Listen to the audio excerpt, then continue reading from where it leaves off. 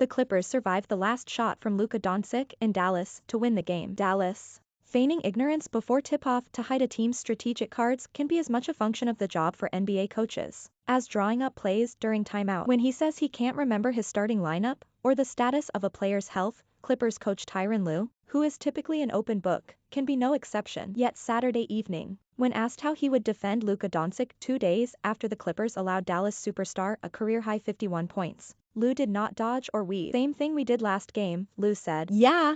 You can tell him." The same thing involved allowing Doncic to freely draw the same defender he scored most of his 28 first-quarter points Thursday on. Clippers center Ivica Zubac. In fact, Lue made it even easier, no ball screen required, telling the center to match up on the guard from the very start of possession. Advertisement superstars spend their lives having opposing coaches make games as miserable as possible, throwing up as many defensive roadblocks as possible. Lue took another tack, and the chess move's intent was unmistakable, a clear appeal to the star's pride. "We're giving you what you want. Now, can you beat us all by yourself?" Doncic tried. He fired a step-back three-pointer over Zubac on his first possession, he finally made his third shot, then a three-pointer in transition over Zubac, but soon was stonewalled when Zubac wasn't fooled by a Doncic ball fake. When he tried it again, Doncic was called for a travel. The Clippers' Terance Mann shoots against Dallas defenders Dwight Powell and Luca Donsic. Mann had 21 points and 9 rebounds. By halftime, Doncic needed 14 shots to score his 16 points. And after turnovers on consecutive third-quarter possessions,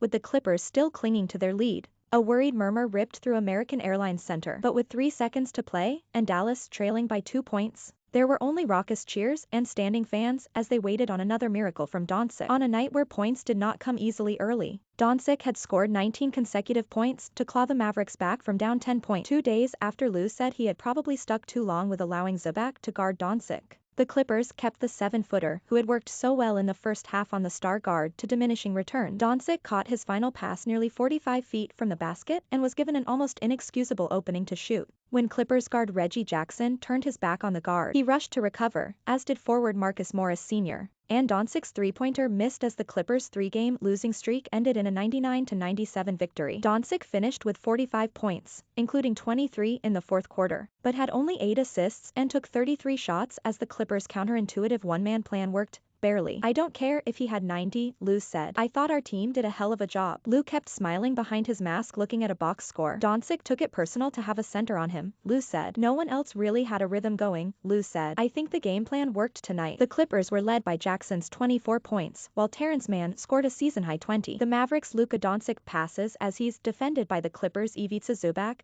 Terance Mann, center, and Reggie Jackson. Doncic had 45 points, 15 rebounds, and 8 assists. Kawhi Leonard watched most of the first half from the sideline before retreating underneath the grandstands, the second consecutive road game he has watched live after rarely joining the team on road trips for much of the season. Amid his recovery from off-season knee surgery, Leonard couldn't be around the team because of the COVID restrictions, Lue said, and added that his presence on road trips later this season, which he said just breeds confidence into everyone else, depends on his recovery. "When he's rehabbing in San Diego, or he's doing his rehabs, just got to make sure everything kind of adds up," Lue said. Leonard joined guard Norman Powell as observers in street clothes after Powell suffered a turf toe injury Thursday. Dallas, meanwhile, was without 2 of their trade deadline additions, Spencer Dinwiddie and Davis Bertans.